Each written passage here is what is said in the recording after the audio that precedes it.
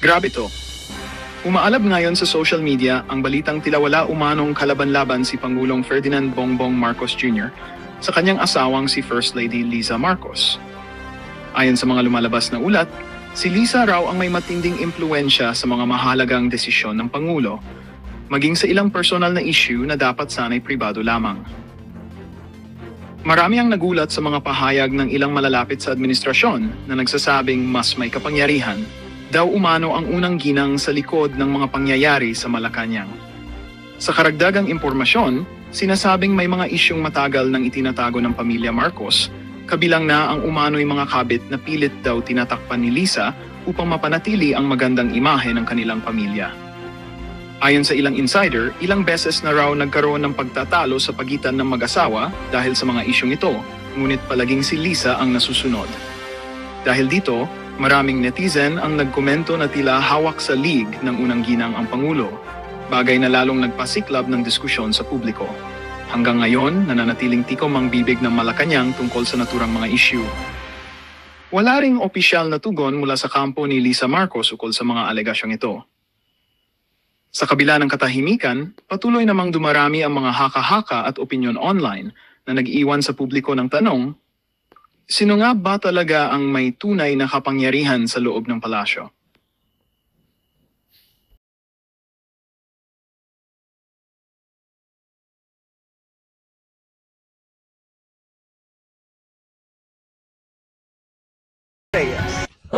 Ayon daw kay Bongbong Marcos, malaking epekto ang pag-uusap ng China at ng Amerika doon sa Busan. Siya naman, binanatan niya ng binanatan ang China doon sa Malaysia, binanatan na niya binanatan doon sa ASEAN Summit, binanatan na niya ng binanatan maya-maya si Donald Trump at si Xi Jinping. Ayun, best friend pala.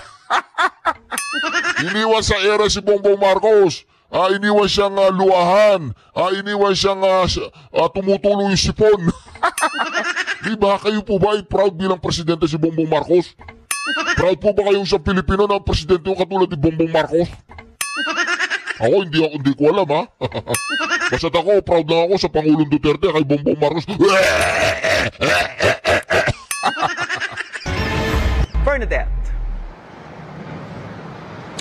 Vicky, sa South Korean city ng Gyeongju magpupulong ang mga leaders ng APEC o mga leaders para po sa gaganapin nga po dito na APEC Economic Leaders Meeting sa South Korea. Free trade o malayang kalakalan ang isa sa mga pangunahing pinag-uusapan sa APEC. Kaya naman malaki raw ang magiging epekto sa pag-uusap ng naging paghaharap ng dalawa sa pinakamalalaking ekonomiya sa mundo, ang China at ang Amerika.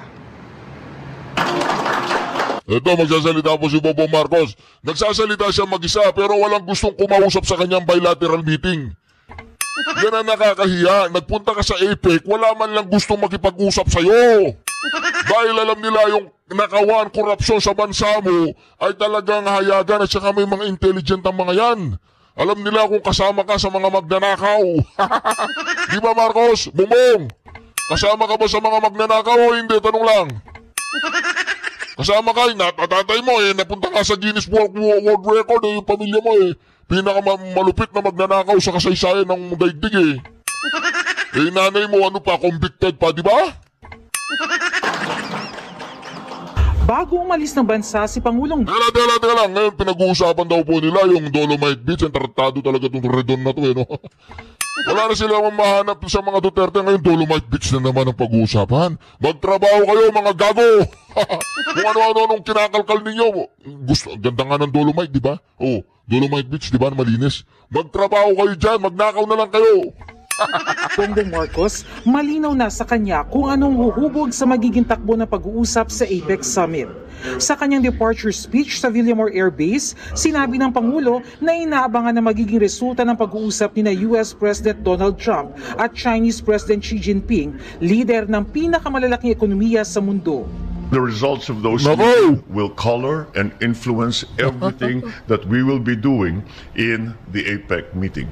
It is the world is watching because this is the source of the largest shock that has entered into the world trade system. Nagpulong kanina sina Trump at Xi sa sidelines ng 2025 APEC Summit. Matatandaang mula nang muling maupo bilang president, nagpatupad si Trump. And that is why the world is watching and waiting, as we are. Ngayong hapon, pagkatapos ng kanilang pulong ni Xi, inanunsyo Ayan, di ba, ang Pangulong Duterte mga kareaksyon nung panahon niya, yung dalawang yan nagkakandara pa para makita ang Pangulong Duterte. Oo, di ba kasi strong leader ang Pangulong Duterte? Eh si Bongbong Marcos, pinaka-weak. ni Trump na pumayag siyang ibaba ang taripang ipapataw sa Chinese product na inaangkat ng Amerika. Gagawin itong 47% mula sa 57%. Naku, buti pa ang China nagkakaroon ng magandang tinatawag nating bilateral talk eh. Yung ibang bansa tinanggalan na ng zero tariff, tayo 19% pa rin. Habang pinuno ng mga sundalo nila dito sa Pilipinas na hindi sila nagbabayad ng upa. Wala awak nila sa leeg yung presidente. Kapalit nito ang pangako ni Xi na crackdown sa illegal na kalakalan sa fentanyl, isang nakakaadik na gamot na ayon kay Trump ay pangunahing sanhi ng pagkamatay sa overdose ng mga Amerikano. Dumating si Pangulong Marcos ngayong hapon sa lungsod. Fentanyl, no? Sabi niya, huwag ka na magpadala ng fentanyl sa Amerika, nauubos kami. Ayan, naglalakad po si Bongbong Marcos. Kala mo alam niya ginagawa niya. Oh, nako, mga kareaksyon, sinasabi natin. Ayan, pakita ko sa inyo. Ayan, naglalakad, Ang Busan dito sa South Korea, naglalakad parang wala sa sarili. Tingnan nyo. kasama ang Philippine delegation. Una niyang aktibidad, Hindi man lang sumaludo sa kanya yung mga sundalo. Wala. Hindi ko alam ba't hindi sumaludo. Basta't ako, tahimik lang dito. makipagkita sa Filipino community dito. Nakipagkita sa Filipino community. Yung mga Filipino community na yan, dala-dala niya yan. Dala-dala niya yan, yung mga Filipino community na napakakunti. Umawit pa nga si Claire ng umawit siya dyan. Ayon sa Department of Foreign Affairs, mahigit 70,000 Pilipino ang naninirahan sa Korea at mahigit kalahati dito ay mga OFW.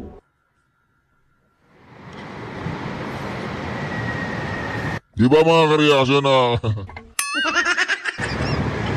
Vicky, kasama ng Pangulo sa pagtitipon kaharapang Filipino community si First Lady Lisa Araneta Marcos at ang Philippine delegation. Pero yun lang, Philippine delegation lang yan. Pero yung mga tunay na Pilipino, sige nga po, mag-comment nga po sa comment section yung mga taga-Korea, dito yung mga kareaksyon natin taga-Korea. Kapag nakikita nyo si Bongbong Marcos dyan, kung hindi kayo magdadala ng kamatis na itlog. Ulam, huwag niyong babatuin ulam. habang pinapakilala sila, ganito ang nangyari. Pakinggan po natin.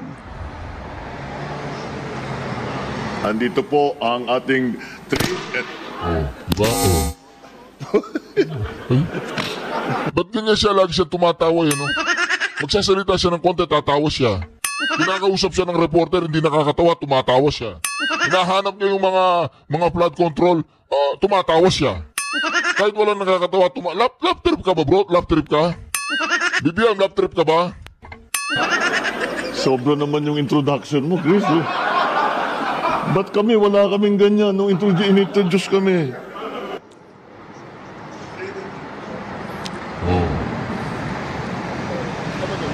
Sandali lamang yan, Vicky, at sa pagpapatuloy ng talumpati ng Pangulo ay hatid niya magandang balita na simula sa susunod na taon ay magkakaroon rin ng Philippine Consulate dito sa Busan. Sa ganitong paraan ay magiging mas madali raw para sa mga Pilipino dahil hindi na nila kailangan bumiyahe pa ng malayo sa Seoul para sa kanilang mga kinakailangang serbisyo. Nako. Ako hindi ako naniniwalang mga Filipino community yan, ha. Naniwala ako, dala-dala niya yung mga delegado niya yan, eh. Tingnan natin, lalabas siya sa mga tunay na mga Filipino community sa abroad kung anong mangyayari dyan. Corroborative yung statement nila sa bawat isa. Ito kasing si Gutesa, mga ka-reaction, malaking usap-usapin ito si Gutesa. Dahil bakit po, mga ka-reaction? Siya yung nagturo sa nagnanakaw ng kalabaw, sabi nga ni Senator Marcoleta. Yung nagturo sa nagnanakaw ng kalabaw, yun ang pinag-initan. Di pa paano, yung... Diba, nagtugmay sinabi ni Gutesa sa sinabi ni Alcantara. Nagtugmay sinabi ni Gutesa sa sinabi ng ibang nag-deliver ng pera. Corroborative yung statement nila sa bawat isa. Kaya kaya po sila nananakot ng ganyan, kinasuhan nila yung testigo para yung puzzle hindi mabuo. Pero para hindi na lumabas, hindi na lumantad yung mga iba pang mga testigo. Sino pa yung mga mahalagang testigo na kailangan nating hanapin? Yung bangko, saan ba winidraw yan? Yung delivery yung armored van na nag-deliver nung milyon-milyong perang yan din sa yung mga driver noon, yung mga saan dinala yan, kailan kinuha, yung mga ganon. So that we're able to complete the puzzle, kailangan yung mga testimonya ng mga ito lumabas. No? So kailangan isabina nila branch manager o employee o security guard o gaya yan. Yung everyone na makakapagbigay. Pero lahat po yan may visa. Wala pong bawas yung katulad ng sinasabi ko. Very much valid ang statement ni Master Sergeant Gutesa. Kahit na po anong gawin nila. Good morning, siguro yung ating mga kababayan sa falsification at saka sa perjury. Maaari niyo po bang muli maipaliwanag ang kaibahan po nito? Kasi yun nga, nababanggit na ipaliwanag niyo po kanina na ang na-falsify lang is yung pirma. And at the same time, hindi naman nagsasabi na mali-mali yung mismong kanyang sinumpang salaysay na kanyang binanggit naman. Isinapubliko naman niya ito at kanyang dinipensa nung siya po ay humarap dyan sa Senado, attorney.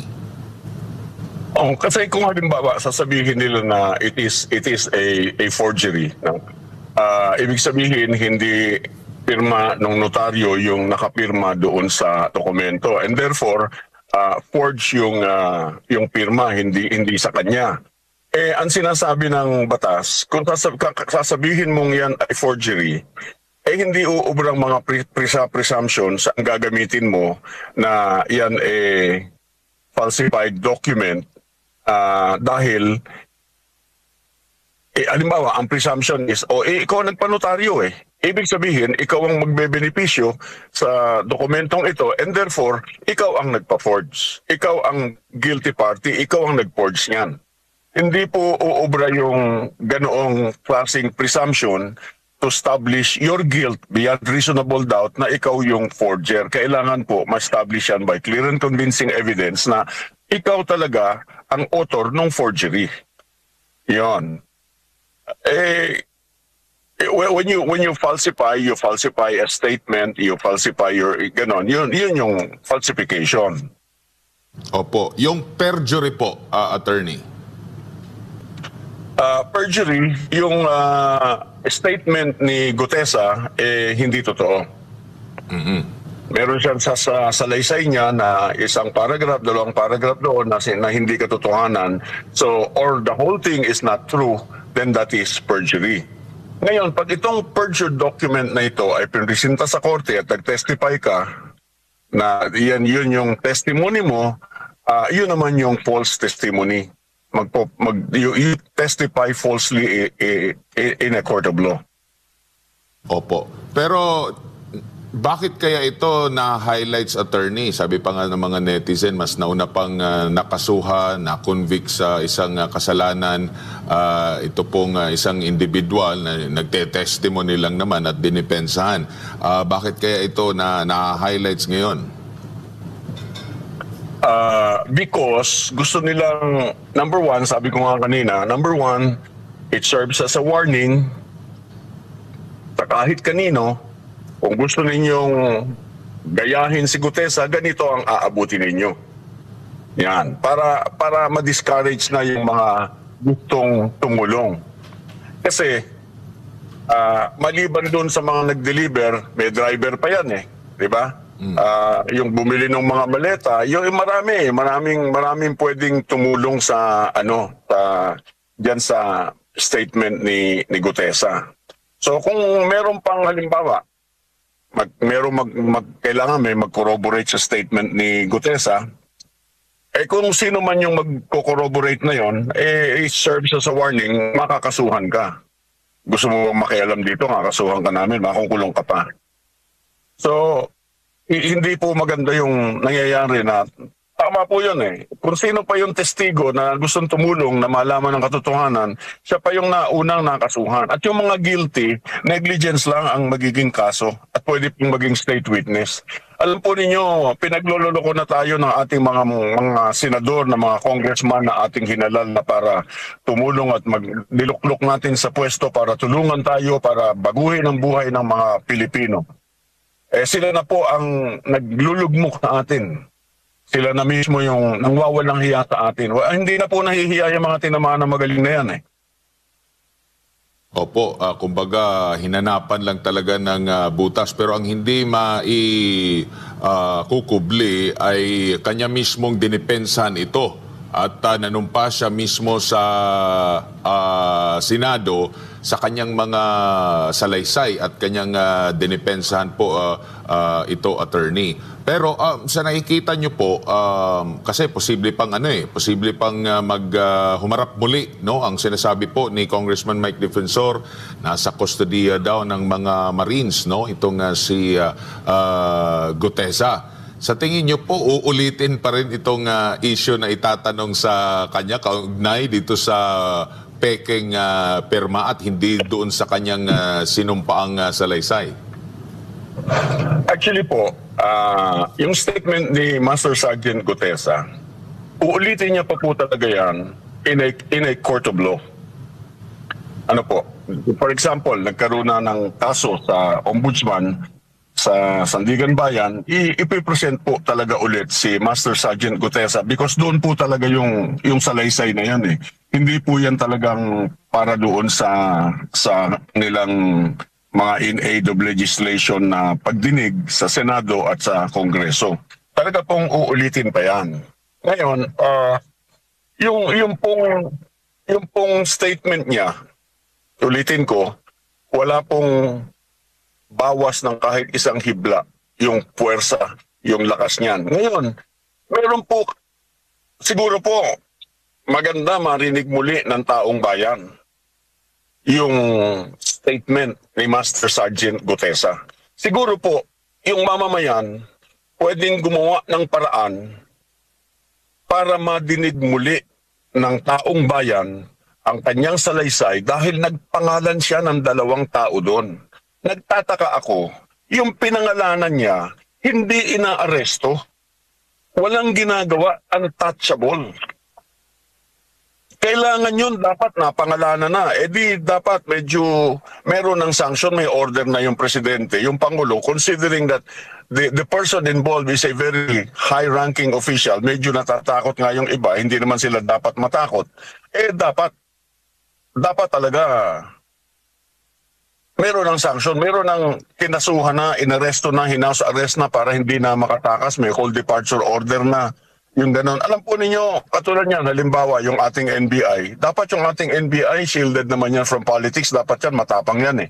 Nung araw, sa Amerika, si Hoover, as director of the FBI, 7 presidente ang pinagsilbihan nun, lahat ng presidente takot sa kanya because that guy is honest, he is brave, he is doing his job. Yun ang kulang sa atin dito ngayon. Yung mga dapat na hindi dapat, kaya nga tayo may ombudsman eh. Yan yung mga reform provisions ng ating saligang batas eh, para maprotektahan yung mga taon dapat magtrabaho na hindi natatakot sa politika. Kaso lahat, tingnan nyo, nakaupong ombudsman natin ngayon, politikong-politiko eh. Bendalo.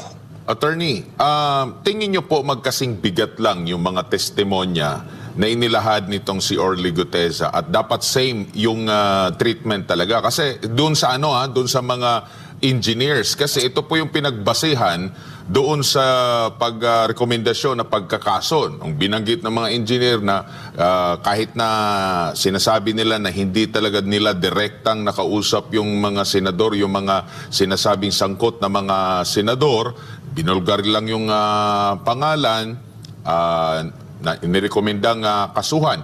Itong si Gutesa ay meron ding pahayag, pinadescribe pa nga sa kanya para matiyak talaga na totoo yung kanya mga sinasabi kasi ang sinasabi niya, siya yung first person siya mismo yung naghahatid ng tinatawag na basura o pera Sa tingin nyo po, magkasing bigat lang dapat ang treatment nito, nitong dalawa na ito or nitong mga naging resource person po dyan sa Senate Blue Ribbon Committee? Yes po, because corroborative yung statement nila sa bawat isa. Kaya kaya po sila nananakot ng ganyan, kinasuhan nila yung testigo para yung puzzle hindi mabuo. Pero para hindi na lumabas, hindi na lumantad yung mga iba pang mga testigo. Sino pa yung mga mahalagang testigo na kailangan nating hanapin? Yung bangko, saan ba winidro yan? Yung delivery yung armored van na nag-deliver nung milyon-milyong perang yan yung mga driver nun, yung mga saan dinala yan, kailan kinuha, yung mga ganon, so that we're able to complete the puzzle. Kailangan yung mga testimonya ng mga ito lumabas, no? So kailangan isabina nila branch manager o employee o security guard o gaya yan, yung everyone na makakapagbigay. Pero lahat po yan may visa, wala pong bawas. Yung katulad ng sinasabi ko, very much valid ang statement ni Master Sergeant Gutesa. Kahit na po anong gawin nila, for as long as what he is saying, ang gusto nilang i-discredit si Master Sergeant Gutesa, hanapan nila ng butas doon sa statement. Ang problema nila is yung statement ni Master Sergeant Gutesa will be backed up by 9 other Marines na kasama nilang nagde-deliver. Yon. So, kaya dinidiscourage na nila. Ngayon pa lamang sinasabi na nila na hindi valid yan. Ngayon, mga Marines yan Yung mga Marines, they have like a brotherhood. They will not abandon anyone. Talagang magtutulungan sila and they will protect each other. Yun. So, meron ng sanction. Yung mga ibang Marines yata na escort, ni-recall na So, they were already being sent away. Pero nasa determination nila. Alam nyo kasi si Master Sergeant Gutesa on his own volunteered his statement kasi pagka ikaw ay hindi nagsalita, kasama ka, accessory ka. Pwede silang maging accessory. Nanilbihan siya ng buong buhay niya, ng buong tapang, paglaban siya. He retired honorably just to be dishonored dahil siya naghanap buhay pa ulit pagkatapos niya mag-retired. At pagkatapos doon masisira ang pangalan niya. Yun yung hindi uubrang mangyari na kailangan kahit tayong taong bayan, we have to recognize the fact na this man has served this country honorably and he has devoted all his life to the country and people. Pagkatapos dito lang sa ganito, i-dishonor natin, sasabihin natin na hindi peke ang statement ni Master Sergeant Gutesa. Ang peke yung pirma daw ng notaryo problema po nila yon, hindi po problema ni Master Sergeant Gutesa yon. Because he can always swear again and again to his statement. Opo, doon sa kanyang mga binulgar, walang masyado atang pag-usad doon sa mga personalidad, no? In fact, ang mga balita pa nga hanggang sa kasalukuyan, hindi pa ba matunto ng gobyerno natin saan yung isa sa mga sinasabi daw na pasimuno nitong kontrobersya na itong si dating Congressman Zaldico. Yun bang hanggang sa kasalukuyan hindi pag-uwi nitong si Zaldico patunay ito, attorney, na siya po ay guilty, considering pati na rin yung kanyang mga bilyong-bilyong pisong halaga ng mga air assets wala na rin pala dito sa Pilipinas po, attorney. At siguro parang since na umupo itong bagong Congress, no, ay wala 20th Congress, wala pa sa bansa itong si Congressman Zaldico, pero parang hindi ko alam kung grabe ba ang kanilang effort para matunton na ito po, attorney. Alam mo yung tingin ko dyan, no, napakabagal kasi ng reaction ng government, no. Meron silang mga investigasyon sa Senado, meron pa silang ICI na fact-finding lang naman, na pagkatapos nila ng fact-finding nila, isasubmit nila sa ombudsman, yung ombudsman mag-iimbestiga ulit. Lahat po ito pressable lahat ito dribble. So that yung mga guilty party are able to hide the money. Yan si Saldico, for example, lahat ng bansang pinuntahan niyan dapat hanapin natin kung saan siya nag-iwan ng pera niya doon